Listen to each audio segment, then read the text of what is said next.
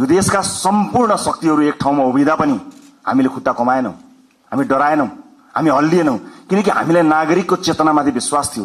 एकपटक चुनाव त आओस् न अनि हामी देखाइदिन्छौं भनेर हामीले 84 कोरेका थियौं।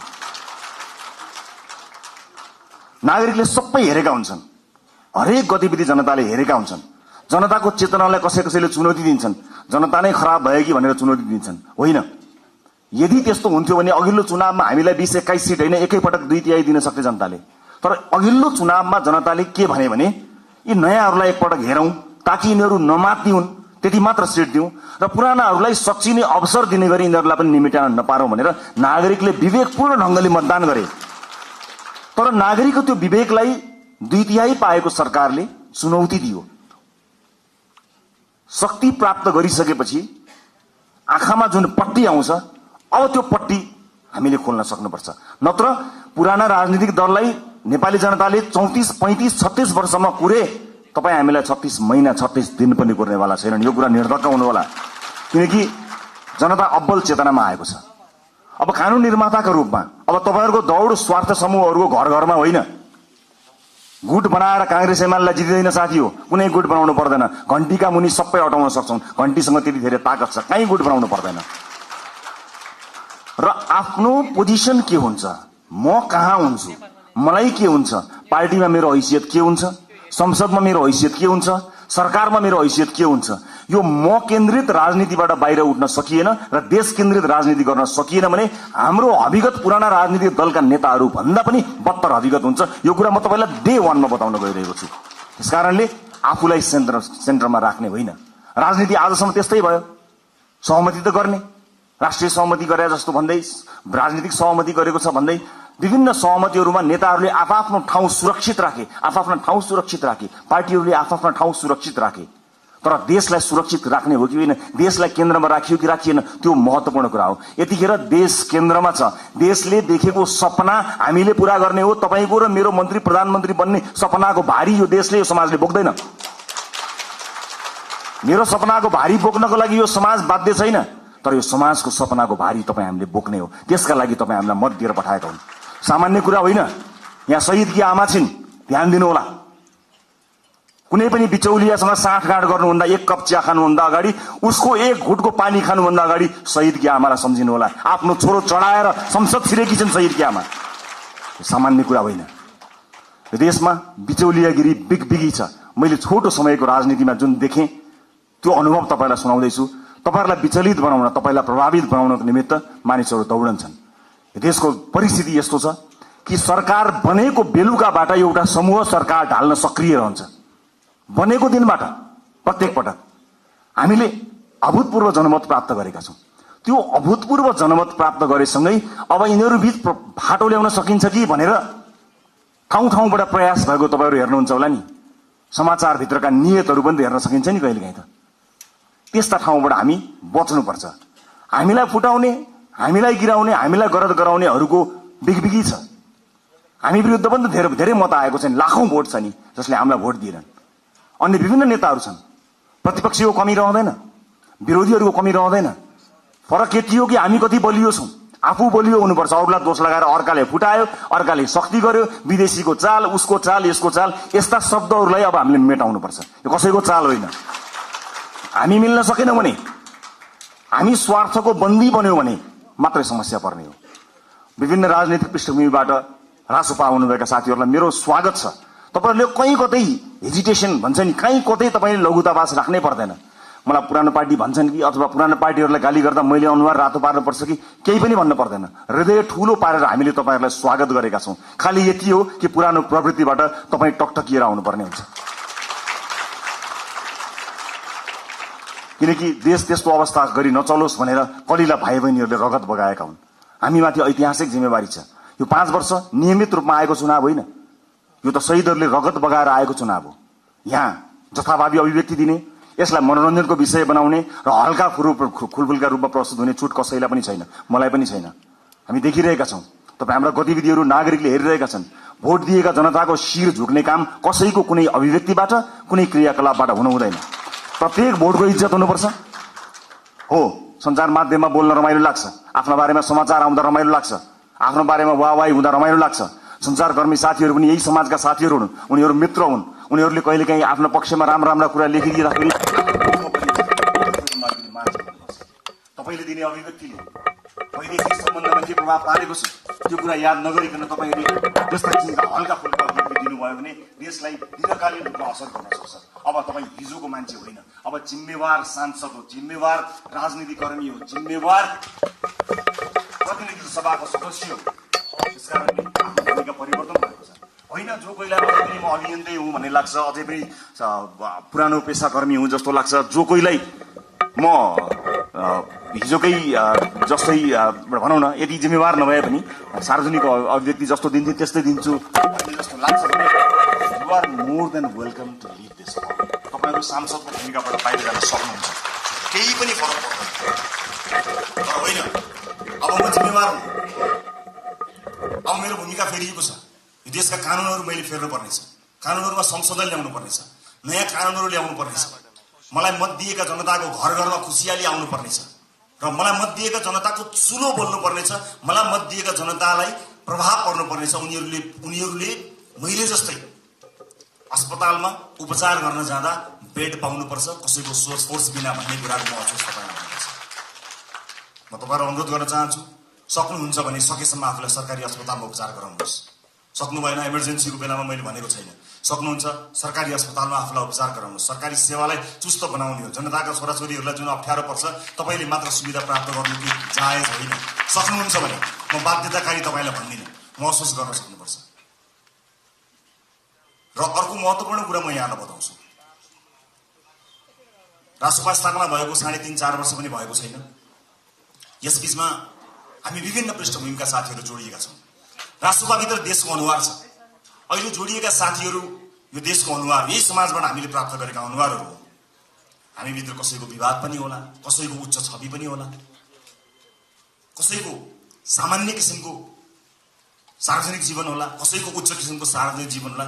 जे जस्तो भए तापनि एउटा कुरा आज मैले साथीहरूलाई राखेर स्पष्ट के बताउनु पर्छ भने सरकार 2/3 छ, संख्या घट्ला अथवा सरकार बहुमतमा रहन्छ, संख्या घट्ला अल्पमतमा पर्ला भन्ने कुराको परवाह नगरिकन राष्ट्रपाले जन्मदेखि आफ्नो विधानमा स्थापित गरेको राइट टु रिकलको व्यवस्थालाई यसपटक कडाइका साथ लागू गर्नेछ।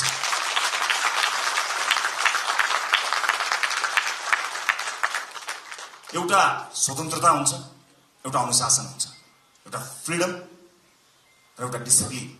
यस बीचको पातलो एउटा रेखा छ साथीहरू, त्यो रेखालाई हामीले ध्यान दिनुपर्ने हुन्छ। तपाईहरुको स्वतन्त्रता हनन गर्ने पार्टीको कुनै पनि उद्देश्य छैन। पार्टी सभापतिका रूपमा मेरो कुनै पनि आपत्ति छैन, तपाई स्वतन्त्रताको सदुपयोग गर्नुहोस्, तर अनुशासित भएर। अनुशासनका लागि पार्टीले आफूलाई स्थापित गराउँछ। पार्टीले अनुशासनका विषयमा तपाईहरुलाई कडाइका साथ पालना गराउनेछ। किनभने परिवार ठूलो भएको छ, अनुशासित हुन सकेनौं भने त्यसले अर्कै किसिमको एउटा अराजकता सृजना गर्छ। अराजकतालाई हामी कदापि स्वीकार गर्न सक्दैनौं। यसै पनि विभिन्न किसिमका अराजकताबाट समाज आक्रान्त भएको यो अवस्थामा हामीले अत्यन्त अनुशासित हुनुपर्नेछ।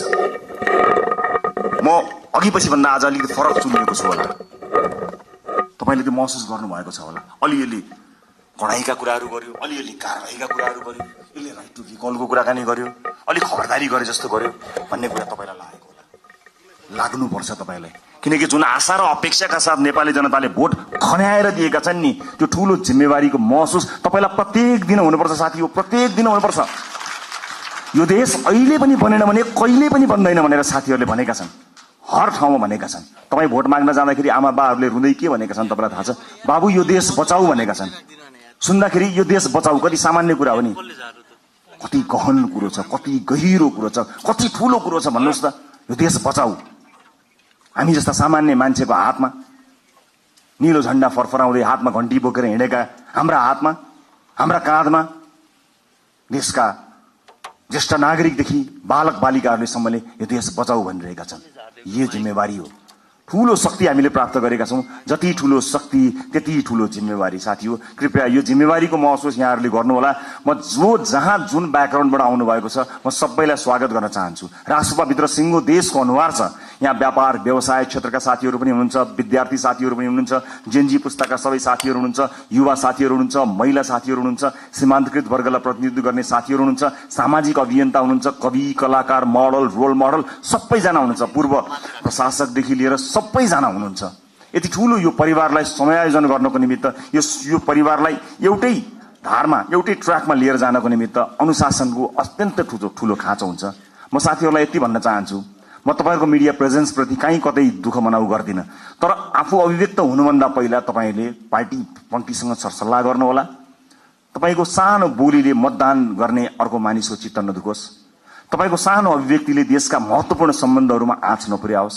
देशका कयौं गहन विषयहरू हुन्छन्, अर्थतन्त्र लगायतका विषयहरूमा तपाईका हल्का टिप्पणीहरूले हामीप्रतिको आशा निराशामा बदलिन सक्छ। त्यसकारणले मैले एउटा अभिभावककै हिसाबले तपाईहरुलाई सचेत गराउन खोजेको हुँ। आजको यो भेटघाट कार्यक्रममा उपस्थित सम्पूर्ण साथीहरू, राष्ट्रसभा परिवार विशाल परिवार भएको छ।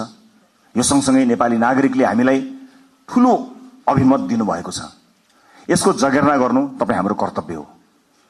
अब संसदको सेसन चले भन्दा बाहेक तपाईहरुको भेट जनतासँग हुनुपर्नेछ। आफ्नो निर्वाचन क्षेत्रमा निरन्तर खट्नुहोला। तपाईको निर्वाचन क्षेत्रमा कुनै पनि मान्छेले दुःख पायो भने त्यसको सम्पूर्ण जिम्मेवारी तपाईको हुनेछ, किनकि तपाईलाई उसले जिताएर पठाएको हो, आफूले सुख पाउँछु भनेर पठाएको हो। तपाईलाई सुख दिन होइन, तपाईका माध्यमबाट मैले र मेरो परिवारले सुख पाउँछ होला भनेर तपाईलाई भोट दिएर पठाएको। त्यसकारणले ठूला ठूला हल या ठूला ठूला विदेशी कार्यक्रमहरूको सेमिनारमा होइन, ती गाउँ टोल बस्ती चिया चौतारोहरूमा आफ्ना सांसदहरूलाई देख्न चाहन्छु।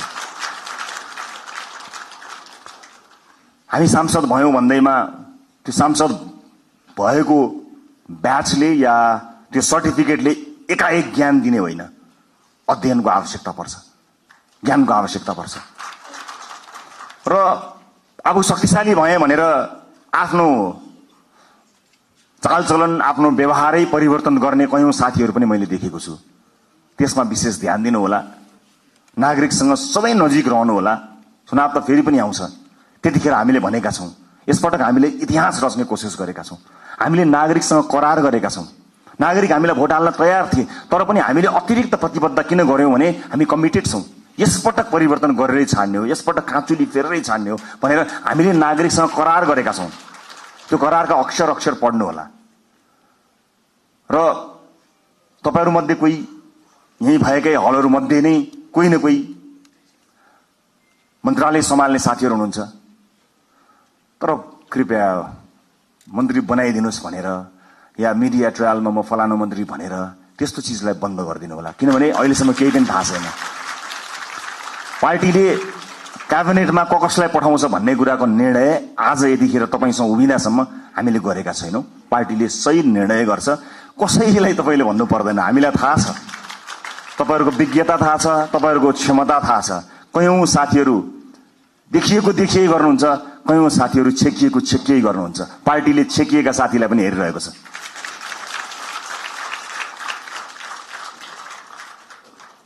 कहिलेकाहीँ कसैले जति देखाउँछु भने पनि देखिँदैन, कसैले लुकाउँदा पनि देखिन्छ। क्षमता भन्ने कुरा त्यस्तो हुन्छ। त्यसकारणले कतिपय अलि बढी चर्चामा आएका साथीहरू र चर्चामा आउन नपाएका साथीहरू सबैलाई पार्टीले हेरेको छ। कयौं विषयका विज्ञ साथीहरू हुनुहुन्छ। म सञ्चारकर्मी साथीहरूलाई के पनि अनुरोध गर्न चाहन्छु भने सार्वजनिक चासो र सार्वजनिक छविमा आइसकेका भन्दा पनि राष्ट्रसभा भित्रका 101 विज्ञ साथीहरू यो हल भित्र हुनुहुन्छ।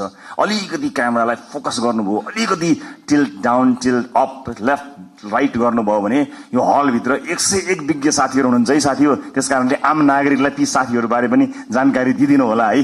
चलेका देखिएका सुनिएका साथीहरू त छँदै हुनुहुन्छ, त्यहाँतिर पनि अलिकति ध्यान दिनुहोस् ताकि नागरिकले थाहा पाउन् कि राष्ट्रसभा भित्र यस्ता मान्छेहरू पनि रहेछन् भन्ने कुरा। यो मेरो सञ्चारकर्मी साथीहरूको उल्लेख्य उपस्थिति भएको हुनाले मेरो विनम्रतापूर्वक यहाँहरूलाई गरिएको अनुरोध हो।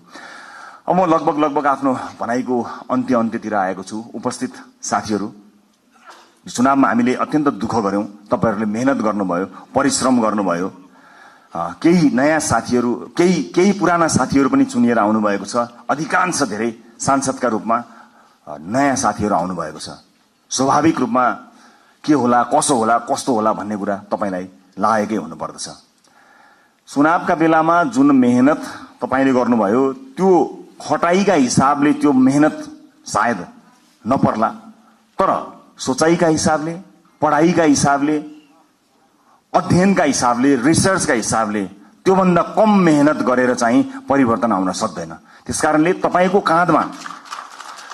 काँधमा अत्यन्तै ठूलो जिम्मेवारी आइपरेको छ। यसको महसुस गर्नुहोला। र म फेरि पनि दोहोर्याएर भन्न चाहन्छु, संसारको कुनै पनि देशले बिरलै पाउने यो अवसर हामीले प्राप्त गरेका छौं। आफ्नो देशको इतिहास आफ्नै हातले लेख्ने यो अवसर हामीले प्राप्त गरेका छौं। भोट माग्दा हामीले आम जनतालाई के भनेका थियौं भने यसपटक तपाईले आफ्नो भाग्य आफ्नै हातले लेख्ने हो, इतिहास रच्ने हो 21 गते भनेर हामी सबैले भनेका हौं। विभिन्न ठाउँमा विभिन्न साथीहरुसँग भेटघाट गर्दा म आफै पनि पुगेको र तपाईहरुको हात समातेर भनेको म सम्झन्छु। हामीले भनेका थियौं यसपटक आफ्नो हातले आफै इतिहास लेख्ने हो। आज म तपाईलाई यो हलभित्र भनिरहेको छु, साथी हो, यो देशको भविष्य कस्तो लेख्ने तपाईको हातमा छ, मात्र तपाईको हातमा छ, अरु कसैको हातमा छैन। जनताले दिए तपाईलाई, ल लेखा हाम्रो भविष्य, ल रोका हाम्रा छोराछोरीलाई विदेश जानबाट, ल सृजना गर रोजगारी, ल बनाऊ बाटोघाटो, ल पुर्याऊ बिजुली, देऊ शिक्षा, देऊ स्वास्थ्य। जनताले आफ्नो गर्ने काम गरे, तपाईको काँधमा आएको छ। यसबाट एकदमै धेरै रमाइलो यसलाई लिएर, यसलाई चाहिँ उत्सवका रूपमा भन्दा पनि जिम्मेवारीको रूपमा काम गर्नुपर्ने यो गहन बेला तपाईहरुको काँधमा आइपरेको छ। त्यसैले म सबैलाई यसको महसुस गर्नको निमित्त हार्दिक अनुरोध गर्न चाहन्छु। म फेरि पनि भन्छु, यो सामान्य परिस्थितिले आएको होइन। भाइ बहिनीहरुले, ससाना भाइहरुले आफ्नो रगत बगाएर ल्याएको यो परिवर्तनलाई संस्थागत गरेर अर्को निर्वाचनमा कुनै पनि उम्मेदवारले भोट माग्न जान नपरोस्, हाम्रो काम बोलोस् भन्ने हेतुले तपाईहरुले काम गर्नुहुनेछ। नजानेको कुरा सिक्नका लागि कहिले पनि अप्ठ्यारो मान्न पर्दैन। मैले अघि नै भने, हामीले सांसदको लोगो लगाउने बित्तिकै, हामी सांसदको कुर्सीमा बस्ने बित्तिकै या संसद भवन छिर्ने बित्तिकै ज्ञान ओइरिएर हामी कहाँ आउने होइन। फेरि पनि मेहनत गर्नुपर्छ, फेरि पनि परिश्रम गर्नुपर्ने हुन्छ। कहाँ समस्या परेका छन् त्यसबारे ध्यान दिनुपर्ने हुन्छ। मलाई आशा छ यति प्रबुद्ध, यति क्षमतावान, यति युवा, यति समावेशी, यति धेरै साथीहरु एक ठाउँमा उभिँदा पनि यो देश बन्दैन भने, यति साथीहरु मिलेर पनि बनाउन सकिएन भने कसले बनाउन सक्ला? सक्छौं, हामी गर्छौं, हामी सक्छौं र हामी गर्छौं। अन्त्यमा यो देशको सबैभन्दा ठूलो समस्या मैले देखेको सामाजिक न्याय हो। सामाजिक न्यायका लागि लड्नुपर्ने हुन्छ। आम मानिसको आँखाले देख्ने विकास भनेको भौतिक पूर्वाधारको विकास हुन सक्दछ। ठूला ठूला बिल्डिङ, चिल्ला सडकहरू विकासका सूचक हुन सक्दछन्। मलाई सोध्नुहुन्छ भने मेरा लागि विकासको सूचक भनेको सामाजिक न्याय हो, सोशल जस्टिस। जुन समाजमा न्याय छैन, जुन समाजमा विभेद छ, त्यो समाज मान्छे बस्ने समाज होइन। मान्छे बस्ने समाजका लागि हामीले मान्छे बस्ने समाज जस्तो बनाउनु पर्ने हुन्छ। सामाजिक न्यायका लागि अब हामीले पैरवी गर्नुपर्ने हुन्छ। रासोपाले चाहेर पनि कयौं साथीहरूलाई जोड्न सकेन। हामी समावेशी हुन चाहन्थ्यौं। हुन त तुलनात्मक रूपमा रासोपाले अन्य राजनीतिक दल भन्दा धेरै महिला साथीहरूलाई उठायो, तर यो पर्याप्त होइन। म दुःखका साथ क्षमा याचना गर्दै भन्छु, हाम्रो पार्टीभित्र राई लिम्बू समुदायको प्रतिनिधित्व यो पालि प्रतिनिधित्व सभामा हुन सकेन। सभापतिका हिसाबले म क्षमा माग्न चाहन्छु र म विश्वासका साथ भन्न चाहन्छु आगामी दिनमा समावेशिताको यो महत्वपूर्ण कડીलाई प्राथमिकताका साथ अगाडि राखेर अगाडि बढ्नेछौं। म विश्वास दिलाउन चाहन्छु।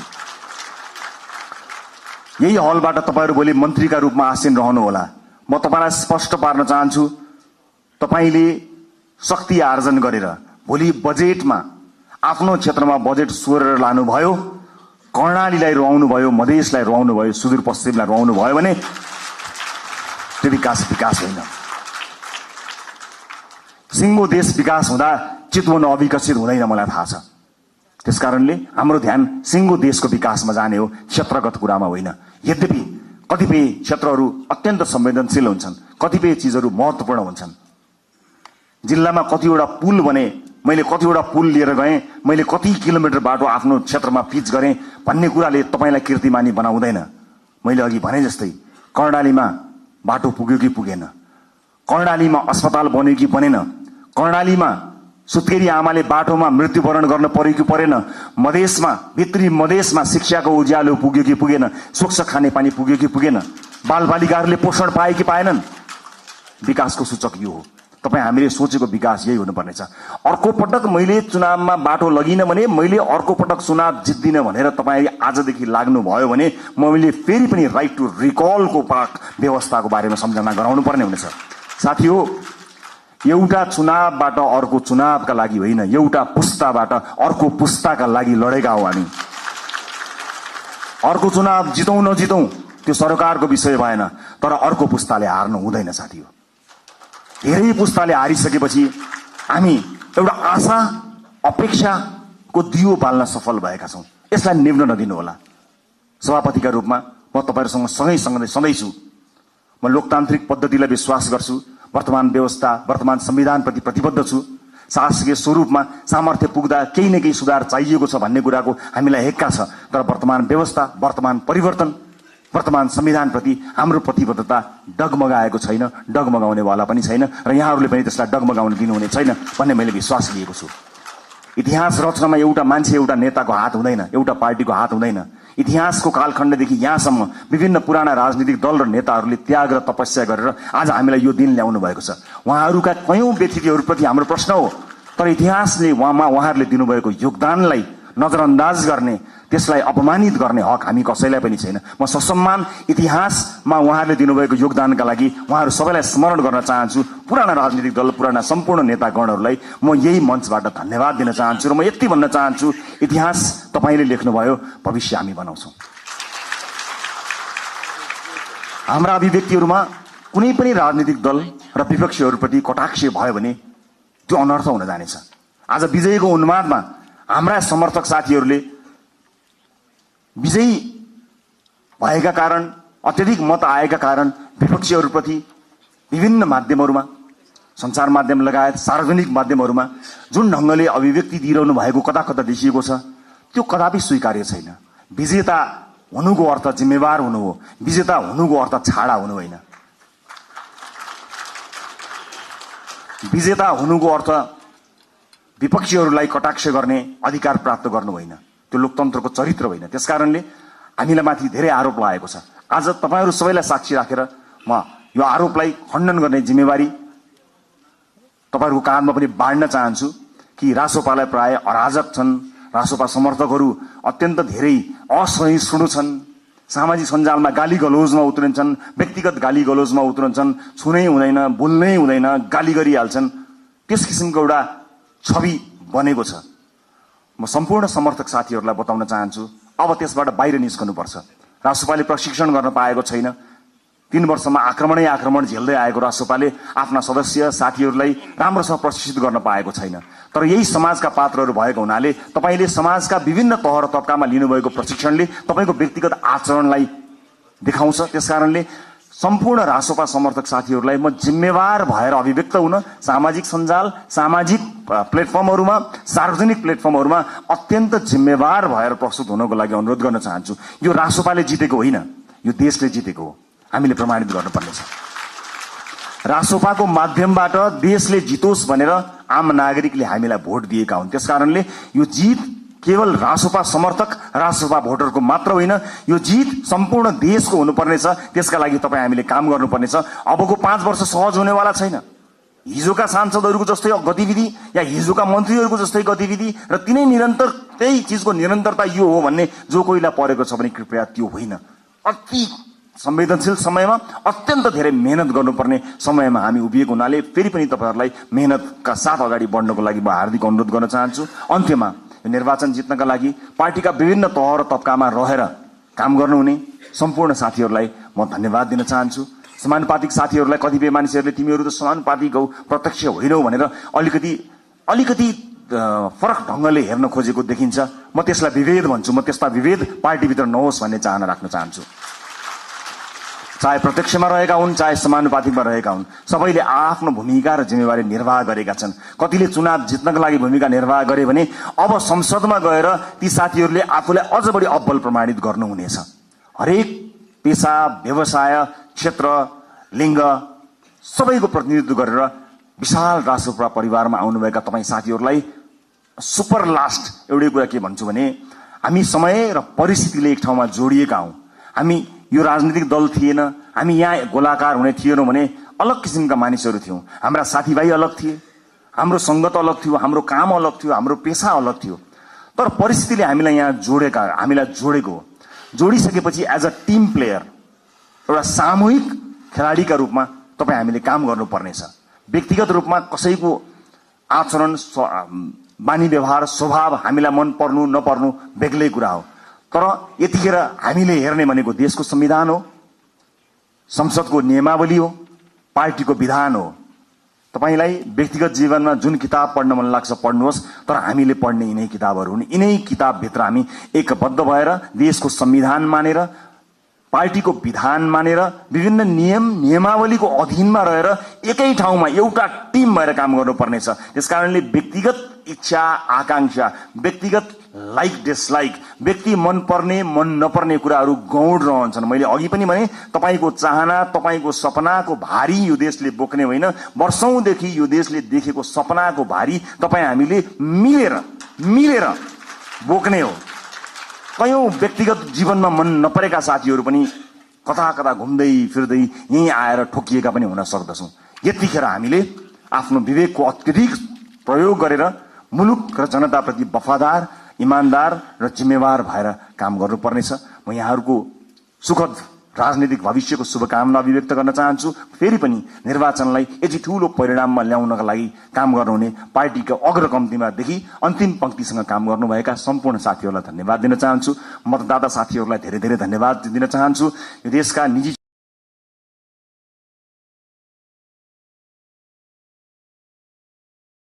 क्षेत्रलाई म आश्वस्त पार्न चाहन्छु कि तपाईहरू कहीँ कतै पनि विचलित नहुनुहोला। तपाईहरूले निर्धक्कसँग काम गर्न सक्ने वातावरण हामी बनाउँछौं। विदेशमा लगानी ल्याउनको निमित्त विदेशमा रहेका नेपाली डायस्पोराका साथीहरूलाई म यही मञ्चबाट आह्वान गर्न चाहन्छु, आउनुहोस्, मिलेर काम बनाऊ। देश निर्माणको यो महान अभियानमा तपाईहरूको साथ हामीलाई चाहिएको छ। सँगै मिलेर हामी थिति बसाल्ने संकल्प गर्न सक्छौं। अन्तर्राष्ट्रिय समुदायलाई पनि म यति भन्न चाहन्छु कि नेपाल लगानी गर्नका लागि सुरक्षित देश छ। तपाईँ र तपाईको लगानी यो देशमा सुरक्षित हुन्छ। निर्धक्क हुनुहोला, कुनै किसिमको बाधा अडचन हुने छैन।